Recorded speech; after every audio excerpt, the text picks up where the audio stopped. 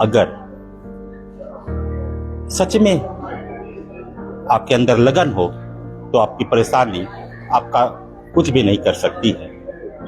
इसी क्रम में ये मौजूद हैं धनबाद के इस NMMCH में, जहां एक 14 साल का बच्चा राजन प्रति माह गिरिडीह जिले के जमुआ से आकर अपना इलाज धनबाद के इस NMMCH में कराता है। इसके दिल में इसके जो किडनी है उसमें इन्फेक्शन है। हालांकि इसके पिता भी इसका साथ नहीं देते हैं, इसकी माँ और दादी से साथ देती है। और जब दादी यहाँ पर लेकर आती थी तो इसके पिता द्वारा अपनी माँ को भी मारकर सिर फाड़ दिया गया था। उसका कहना है कि बच्चा ज़्यादा दिनों तक जीवित नहीं रहेगा, इसलिए इसका इलाज हम नहीं कराएंगे। आइए हम सीधे इस बच्चे से रूबरू होते हैं और जानने का प्रयास करते हैं कि पूरा क्या मामला है। बाबू, आपका नाम क्या है? राजन कुमार वर्मा। आपके साथ क्या हुआ था?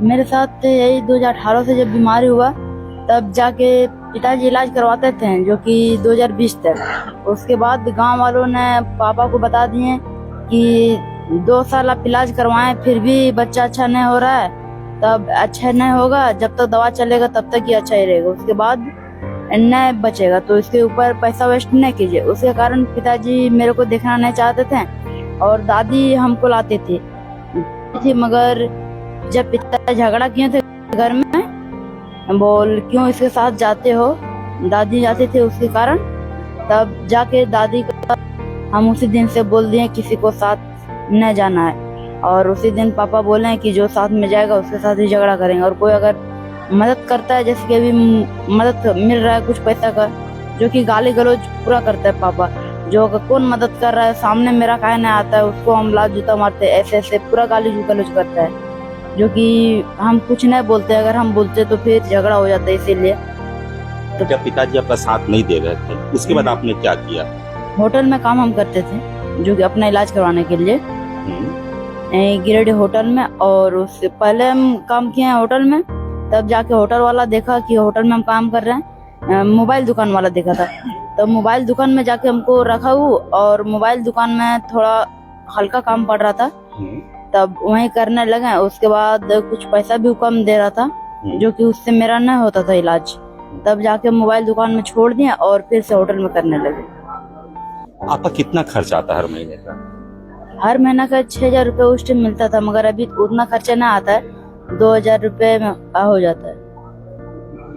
अभी आपके साथ कौन कौन लोग दे रहे हैं? अभी मेरे साथ पहले साथ देने के शुरू किए हैं सरिता मैडम, उसके बाद मेरा अंकित भैया, उसके बाद पूरा सोशल मीडिया में सब न्यूज वगैरह बना, उसके बाद पूरा झारखंड लोग साथ दे रहे हैं। आप लोग कितने भाई बहन हैं?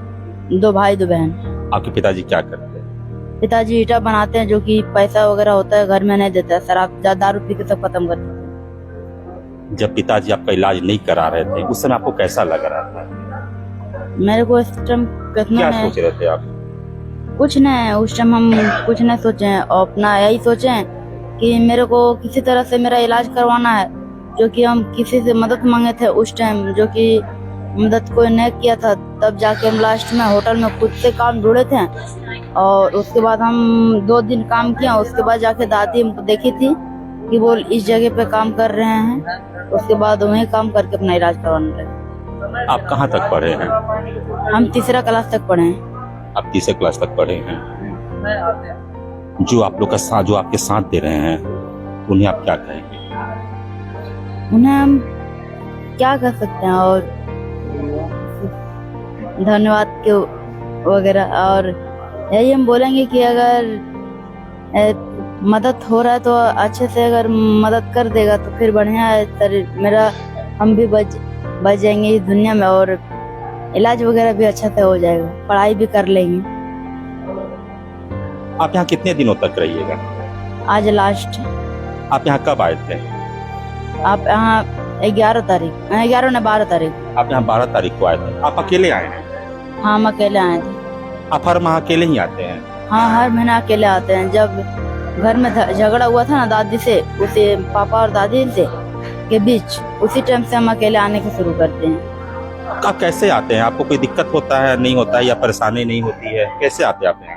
बस से आते हैं, जो कि परेशानी नहीं होता है। जैसे कि एक बस आता है सुबह वहीं मेरा गांव से कुछ दूरी पे से, जो कि प्रकाश बस से लिखा हुआ रहता है, बस में नाम प्रकाश लिखा हुआ रहता है, उसी बस में हम आते हैं, जो कि वो डायरेक्ट ला के उतार देता है गोविंदपुर में, और गोविंदपुर से ऑटो पकड़ के आ जाते हैं। आपकी माँ और दादी क्या कहती है? दादी और माँ कुछ न, आप इलाज कराने के लिए आते हैं तो आपकी माँ और दादी क्या कहती है? वो लोग भी आने खोजते हैं मगर हम आने नहीं देते। अपने पिताजी के डर से नहीं आने देते हैं? हाँ, भाई बहन छोटा है, अगर कुछ हो गया तो फिर दिक्कत है, नहीं सही। आप और क्या कहेंगे? और हम आप कुछ नहीं। और कुछ नहीं कहिएगा। आप जो अंकित जी हैं, आपको पढ़ाने लिखाने के लिए एडमिशन भी करा दिए हैं? हाँ, वही मदद किए थे पहले बार, जो कि वो चंदा तहसील के दिए थे, वहाँ स्टाफ लोग जो है उन सब से, और बोले कि अगर मदद मिलता है ऊपर से तो ठीक है, नहीं तो हम यहाँ से चंदा ऐसे ही करके तेरे को इलाज हम करवा देंगे, दिक्कत नहीं करना, अपना पढ़ाई अच्छे से करो। तो हम पढ़ाई चालू कर लिए, और अंकित भैया पहला बार मदद किए थे, जो कि अभी भी कर रहे हैं। भैया आप क्या कहेंगे, पूरा मामला क्या है?